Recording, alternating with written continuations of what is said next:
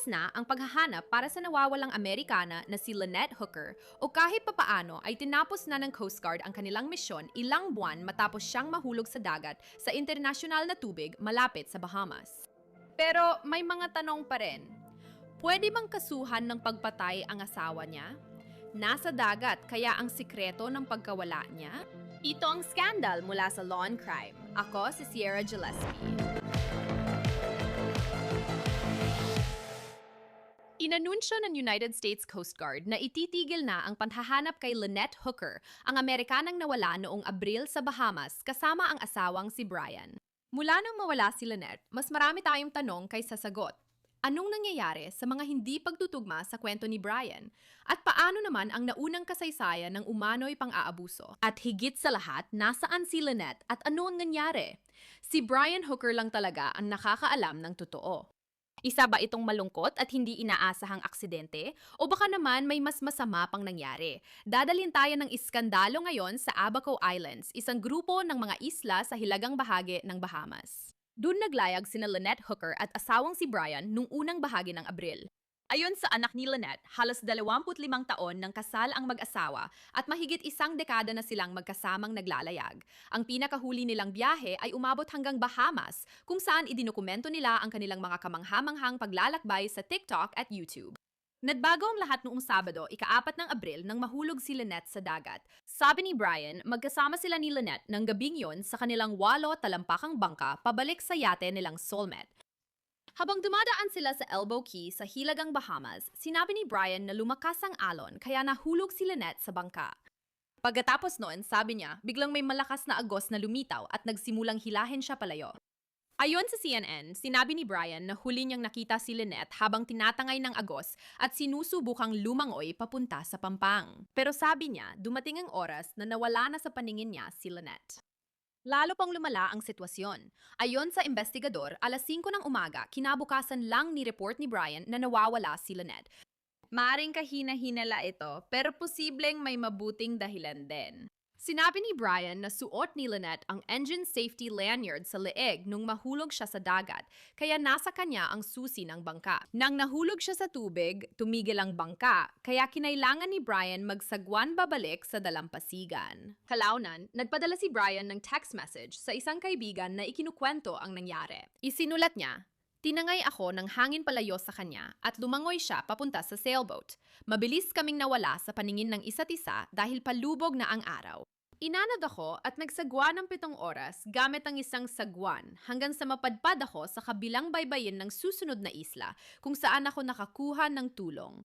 Naiulat ang pagkawala ni Lynette noong alas 5:02 ng umaga linggo, Abril 5. Sinimulan agad ang malawakang paghahanap para sagipin siya. Sabi ng CNN, walang flotation device si Lynette nang mahulog siya sa dagat. Pero ayon kay Carly Aylesworth, nag-iwan si Brian ng voicemail na inihagis niya ito kay Lynette habang inaanod siya. Lalong naging kakaiba ang mga pangyayari pagkatapos nito. Sabi ni Carly, may tensyon sa pagitan ng kanyang ina at Brian. May ulat ding sinubukan ni Lynette iwan si Brian ilang linggo bago siya mawala. Ito ang sinabi ni Carly kay Chris Stewart ng Law and Crime. Kaya sinabi ko lang na naging magulo ang relasyon nila. Sinabi ko ito sa Coast Guard noong nag-usap kami at sinabi ko na magulo ang relasyon nila at lumalala pa kapag umiinom sila. Kaya nag-aalala lang ako na nagbanta na siya dati. Kaya sinusubukan ko lang siguraduhin na hindi siya nadala ng galit niya at baka may nagawa siyang hindi na niya mababawi. Kaya gusto ko lang siguraduhin na isa lang itong aksidente bago ako isipin na tama ang mga hinala ko. Ayon sa Law and Crime, nakausap nila si Blaine Stevenson, kaibigan ni Brian, na nakilala ang mga pokpok habang nagbo-boating. Matagal na silang magkaibigan at nanatiling magkarelasyon. Pagkatapos mawala si Lynette, tinawagan ni Blaine si Brian at nirecord ang usapan nila. Tumalon siya mula sa maliit na bangka kahit malakas ang hangin, mga 20 pulot na biglang lumakas. At sa 3 kapat hanggang kalahating milya, siguro pabalik sa bangka. At pumalpak talaga ang lahat. Lahat ng bagay, wala kami suot na life jacket. Tingnan ko nga, Takip silim na noon at lumubog ang araw mga 10 minuto lang matapos siyang mahulog. Hindi ba't namatay siya kasama ng bangka niya? Hindi siya nakakabit sa kahit ano o sino at hawak niya ang ekstrang susi ng bangka sa dry bag niya. Napaiwalay kami agad ng hangin, kaya sa tingin ko, sinubukan niyang lumangoy pabalik sa amin yate para makabalik sa amin yate na siguro, ewan ko, mga 1,000 yarda ang layo o ganon. Pero mga 3 talampakan ang taas ng mga alon at sinusubukan kong ayusin ang mga sagwan. At isa sa mga pin ng sagwan ay nabali at nahulog iyon sa gilid. At sumisigaw ako sa kanya buong oras. Sumigaw ako sa kanya na nawala ko ang sagwan niya at itinapon ko ang angkla at inampla ang bangka at... sumigaw ako. Hindi ko na siya makita. Ilang araw matapos manghanap, inanunsyo ng Coast Guard na recovery mission na ito, ibig sabihin naniniwala silang patay na si Lynette, pero nananatili ang misteryo. Si Carly, ang kanyang anak na babae, ay nagsabi na may mga di umano'y problema noon sa pagitan ng kanyang ina at amain. At muli, ito ay ayon sa kanyang mga salita at paratang. Narinig ko rin sa iba pa niyang kaibigan na sinabi niyang hindi raw ligtas na makasama siya. Dahil kapag siya'y galit, nakakatakot at nagiging marahas siya. Hindi ko pa siya nakitang sobrang nananakit, pero tinatarget niya ang leeg at sinasakal. Sana nagbayad pa ako ng mas malaki. Hindi ko alam ang gagawin ko, pero nag-send siya ng voice message na parang, lasing, 11:30 ng gabi. Sabi niya, kakausapin niya ako kinabukasan. Sabi ko, haha, sige mama. At parang wala naman akong ginawa tungkol doon, pero dapat siguro may ginawa ako, ewan ko. Parang senyales na yon na oo, umiinom sila at sobra na. At alam ko na hindi sila uminom ng mga 1 taon at kalahati dahil alam nila ang mga problemang nangyayari kapag umiinom sila. Kaya, dahil mas madalas na ito, nag-aalala akong may masamang nangyari. Pagkatapos, noong Abril, walo si Brian Hooker ay inaresto sa Bahamas. Ayon sa Royal Bahamas Police Force sa Reuters, inaresto siya para sa karagdagang pantatanong dahil sa ilang posibleng dahilan.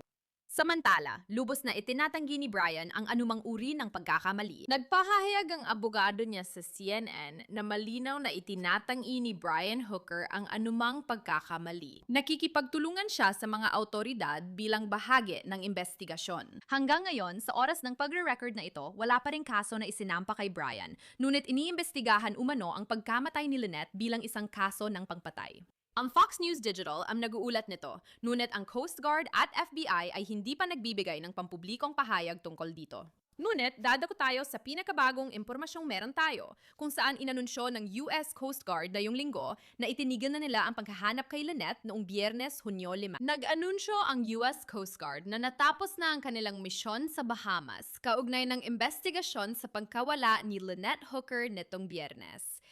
Gumamit ang mga operasyon sa paghahanap ng diver, remotely operated underwater vehicles, unmanned aerial systems, at cadaver dog para siyasatin ang bagong natukoy na mahahalagang lugar. Gusto ko ring sabihin na kahit natapos na ang paghahanap kay Lynette, tuloy pa rin ang investigasyon sa kanyang pagkamatay at marami pa ring tanong ang lumalabas. Halimbawa, ang mga hindi tugmang bahagi sa kwento ni Brian.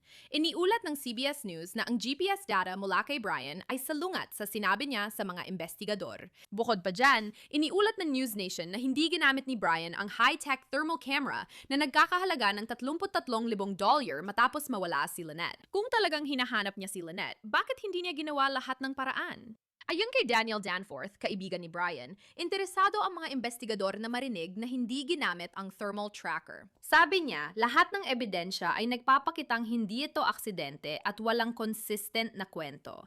Yan ang kalagayan ng investigasyon ngayon. Gusto kong makausap ang eksperto sa kasong ito, si Julie Rendelman, dating taga-usig at criminal defense attorney. Julie, salamat sa pagpunta sa Scandal at masaya akong makita ka. Nagsimula tayo sa balitang inanunsyo ng US Coast Guard na opisyal na nilang tinapos ang paghahanap kay Lynette Hooker. Nagtataka ako kung bakit na yon. Ibig kong sabihin, ginawa nila ang anunsyong ito ngayong Hunyo, samantalang nawala siya noong Abril pa. Ano ang opinion mo tungkol dito? Alam natin na si Brian Hooker, ayon sa mga sinasabi sa atin, ay nagbigay ng magkakasalungat na pahayag. Ang magkakasalungat na pahayag na iyon ay may kaugnayan sa posibleng kinaroroonan ni Lynette Hooker. Sa simula, sa isang particular na lugar, siya hinanap. Nang bumalik sila, sa tingin ko ilang buwan ang lumipas, nagsimula silang maghanap sa ibang lugar. Iniisip na baka makakita sila ng anumang palatandaan ni Lynette Hooker. Mulay, matagal na siya nasa tubig. Kaya mahirap isipin at ayokong maging masyadong detalyado na buo pa ang kanyang katawan. Pero nagsikap pa rin silang hanapin siya sa lugar na sa tingin nila ay maaring naroon siya. Sam-ayon ako sa'yo dahil talagang mahirap isipin ang tungkol sa tubig at kung ano ang maaring gawin nito sa katawan ng isang tao, lalo na kung buwan o linggo na siyang nasa tubig. Sa tingin mo ba iniisip nila na hindi naman sasayang ang resources, pero hindi rin nila alam kung may mahahanap, kaya baka itigil na lang ang paghahanap? Sa tingin ko, dumarating din ang punto na natatapos ang paghahanap. Dapat may punto na mapagtanto nila na hindi na magiging epektibo ang paghahanap. Sa tingin ko, pareho yon. Sa tingin ko, isa sa dahilan ay naisip nilang baka hindi na buo ang katawan. Dahil may bagong impormasyon, naisip ko mahalaga para sa kanila na magsagawa ng paghahanap doon. Okay, Julie, alam mo kung anong interesting dito? Sinubaybayan natin ang kaso mula nang mawala si Lynette, paghahanap, mga update, hanggang sa inaresto si Brian Hooker. Kaya iniisip natin, Diyos ko, kakasuhan ba siya? Ano nangyayari? Pero hindi pa siya kinakasuhan. Alam kong nababanggit ang salitang homicide. May ulat na iniimbestigahan ito bilang homicide pero wala pang kaso. Bilang dating prosecutor, bakit sa tingin mo hindi pa siya kinakasuhan? Sa tingin ko, para sa mga investigador at prosecutor, baka masyado pang maaga kasuhan si Brian Hooker. Sierra, tandaan, kailangan ng probable cause bago magsampa ng kaso sa isang tao. Pero para maiharap ang kasong ito sa isang hurado, para magdesisyon kung siya ay may sala o wala, kailangan mong magkaroon ng ebidensya na lampas sa makatwirang pagdududa. Alam natin, ayon sa sinasabi sa atin, ulitin ko, pira-piraso lang ang impormasyon, kaya hindi siya kung ano ang alam o hindi alam ng mga investigador. Sinabi na, nagbigay siya ng magkasalungat na pahayag. Mukhang ginawa nga niya yon dahil bumalik sila sa lugar kung saan nila inakala na maaaring naroon ang katawan na iba sa nauna niyang sinabi. Alam natin na posibleng nagbigay siya ng magkakasalungat na pahayag. Hindi man natin alam lahat ng detalye, pero mukhang totoo nga na ginawa niya yon. May mga teorya, may mga usapan na yon mula sa mga kapitbahay na siya nga at naniniwala rin ang nanay ni Lynette Hooker na may nangyaring karahasan sa loob ng kanilang tahanan sa pagitan nilang dalawa. Gaano kalala yon? Hindi ko alam. Sa tingin ko, isa sa mga bagay na maaring tinitingnan ng mga pulis o ng opisina ng piskal ay kung ano ang motibo. Posible bang bangkasintahan siya na walang nakakaalam? Ito ba ang taong nabanggit ko na kumuha ng life insurance 2 linggo lang ang nakalipas? Ibig ko sabihin, iba't ibang bagay na pwedeng magpatunay based sa mga nangyari na may motibo siyang patayin siya.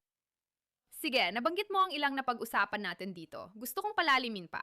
Umpisahan natin sa mga di pagkakatugma. Pinag-usapan mo ito kung saan sinabi niya, sige, nahulog siya dito sa dinghy sa bahaging ito, pero walang nahanap. Tapos tumingin sila sa ibang lugar at parang, alam mo na, nakaramdam sila na baka dito naman dapat maghanap. Mayroon ding mga hindi pagkakatugma tungkol sa GPS, kung anong oras niya inireport na nawawala siya, mga ganong bagay. Ano ang opinyon mo tungkol dito? Ibig kong sabihin dahil alam mo ang magkabilang panig. May prosekusyon at depensa. Kung ikaw ang depensa, pwede mong sabihin na sobrang stressful ang sitwasyon. Nahulog ang asawa niya sa dagat, kaya sobrang stress siya. Siyempre, hindi niya matatandaan ang lahat ng eksaktong detalye hanggang sa bawat segundo. Pero bilang prosecutor, hindi mo pa pwedeng sabihin na, okay, hindi ba dapat binibigyang pansin mo ang mga bagay na ito? Ibig kong sabihin, pwede bang pareho lang ang punto ng magkabilang panig? Oo, tama ka. Bilang prosecutor, ang sagot sa mga hindi tugmang pahayag ay ito. Ito ay isang lalaking palaging nasa dagat. Ang asawa niya ay palaging nasa dagat din. Marunong siya sa GPS. Alam niya ang mga lokasyon. Maaring kaya hindi siya nagsasabi ng totoo ay ayaw niyang matagpuan ang katawan. Kapag nakita ito, malalaman nilang binaril siya, sinaksak siya. Alam mo na, sinaktan siya ng matindi sa kung anong paraan. Iyan ang teorya ng prosekusyon. Sa depensa naman, alam nating malakas silang uminom. Isa iyon sa mga narinig natin, baka sobrang lasing siya kaya hindi niya maalala kung nasaan sila. Sabi mo baka sobrang balisa siya kaya hindi niya maalala kung nasaan talaga ang mga yon.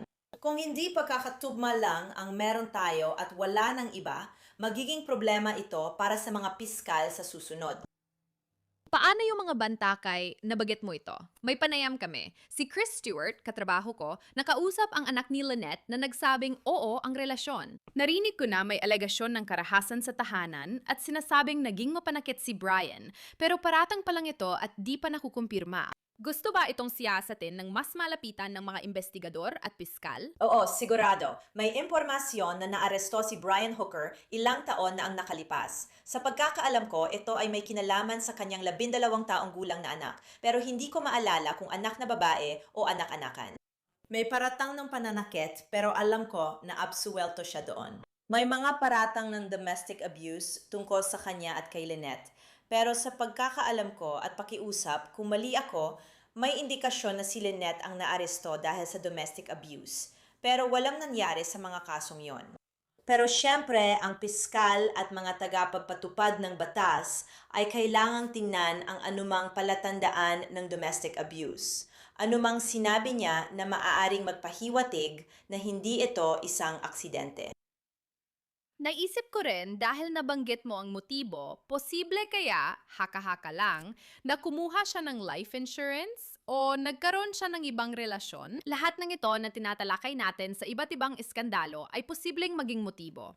Hindi ko rin alam kung gaano kapamilyar sa batas sa Bahamas, pero kailangan ba nila yon? Ibig kong sabihin, dito sa Estados Unidos, malinaw na hindi natin kailangan ng motibo para magsampa ng kaso o magpatunay ng hatol o anumang ganoon. Pero ang ganong bagay ba? Makakatulong ba iyon sa kaso ng prosekusyon? Magandang tanong yan. Hindi kailanman kinakailangan ang motibo. Hindi ko alam ang batas sa Bahamas, pero dito sa US, hindi ito kailangan. Pero gusto ng hurado marinig ang motibo at malaman kung bakit may gustong pumatay. Hindi kailangang malinaw o may kinalaman sa life insurance policy isang linggo bago iyon. Pwedeng simple lang tulad ng hindi ko gusto ang tingin niya sa akin kaya pinatay ko siya.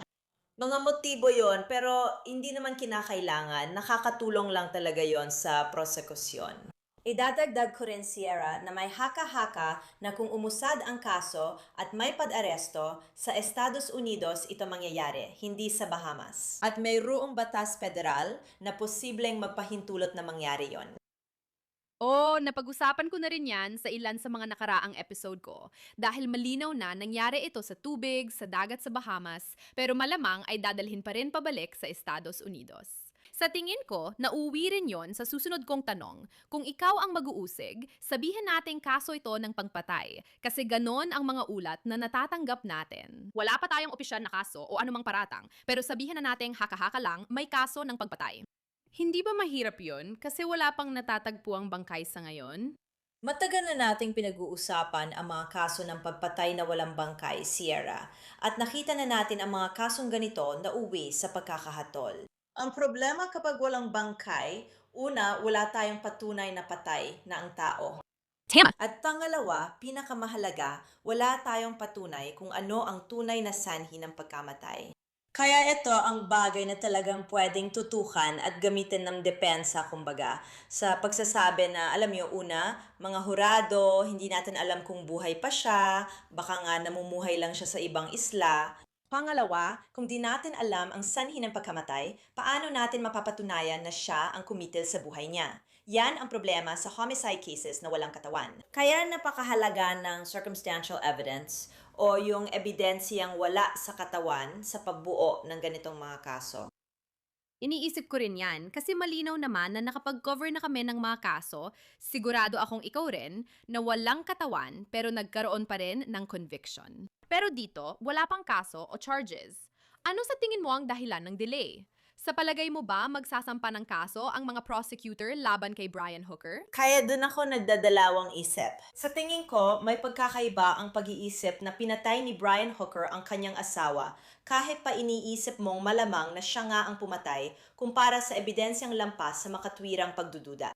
At bilang isang taga-usig, bilang tagapagpatupad ng batas, siguradong sisiguraduhin mong tama ang lahat ng detalye bago ka manghuli at akusahan ang isang tao ng pagpatay. Kaya sa tingin ko, una, tinitingnan nila kung maaari nilang mahanap ang katawan. Sa tingin ko, tinitingnan nila ngayon ang lahat ng paraan para malaman kung may kaso at kung magtatagumpay sila laban sa kanya.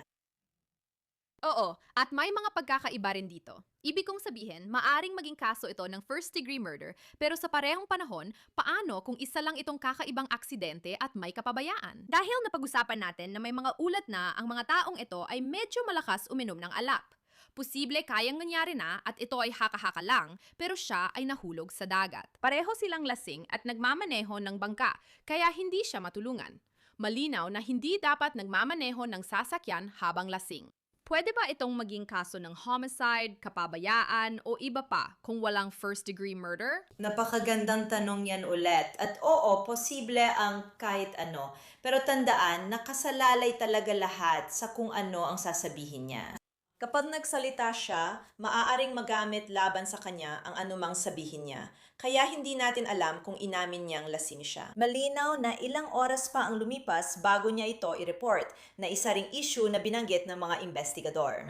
Pero hindi ko alam kung malalaman pa natin kung ano ang tox level niya nung nangyari ang insidente at wala tayong katawan niya. Kaya hindi natin alam kung ano ang tox level niya nung oras na yon. Kaya para mapatunayan ang alinman sa mga ito, kailangan mo talaga ng higit pa sa kung anong meron ka ngayon. Kailangan mo ng karagdagang mga pahayag. At saka baka may mga karagdagang pahayag pa siyang ginawa na hindi natin alam. Pero posible talaga na kung meron man, baka makabuo sila ng isang uri ng reckless.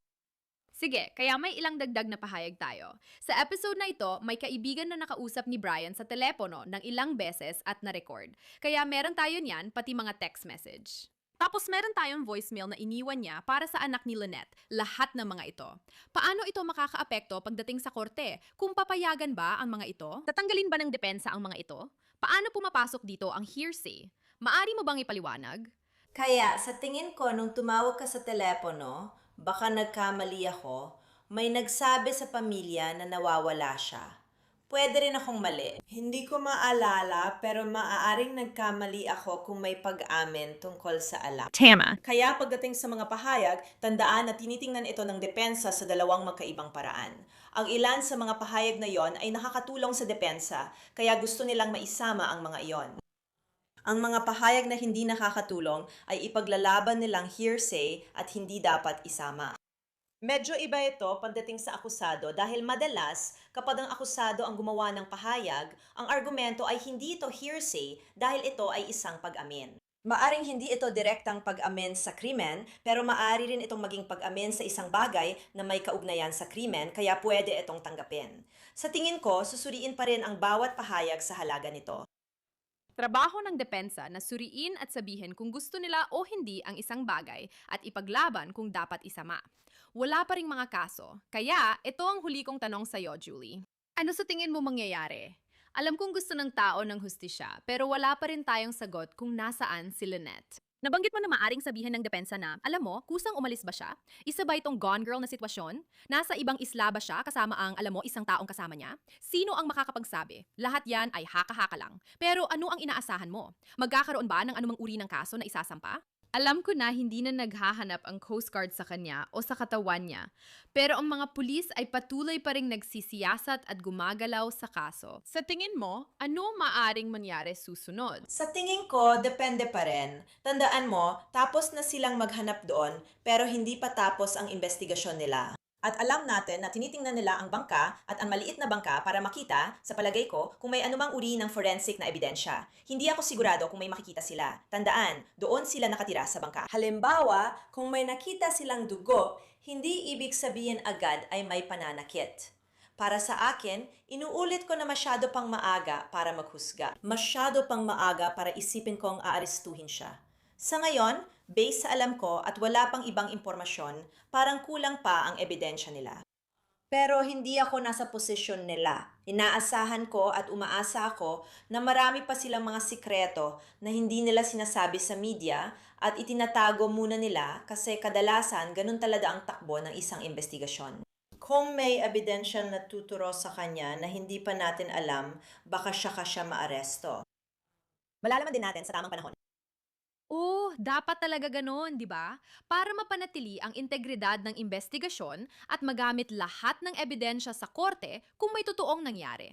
Ang mga pulis, investigador, detektib o kung sino man, gusto talaga nilang siguraduhin na maayos ang lahat, na nasa ayos ang lahat ng detalye. At syempre, gusto rin ng mga piskal na makuha lahat ng impormasyon para magamit nila ito. Sa palagay ko, malungkot talaga ang kasong ito at marami pa ring tanong. Julie Rendelman, salamat sa pagbisita sa Scandal at pagbabahagi ng opinion mo. Salamat sa imbitasyon gaya ng dati. Kung mayroon kayong impormasyon tungkol sa kinaroroonan ni Lynette Hooker o anumang tip ukol sa kaso, makipag-ugnayan sa US Coast Guard dahil tuloy ang investigasyon. At diyan muna nagtatapos ang episode ng Scandal para sa araw na ito. Kung nagustuhan ninyo ang inyong napanood at nais ninyong makakita pa ng iba o makipag-ugnayan sa akin sa social media, maaari ninyo akong hanapin sa mga platform tulad ng Instagram bilang Sierra Gillespie. Salamat sa panonood ng episode ng Scandal ngayong araw. Tulad ng dati, ako ang inyong host, Sierra Gillespie, at magkikita tayo muli sa susunod.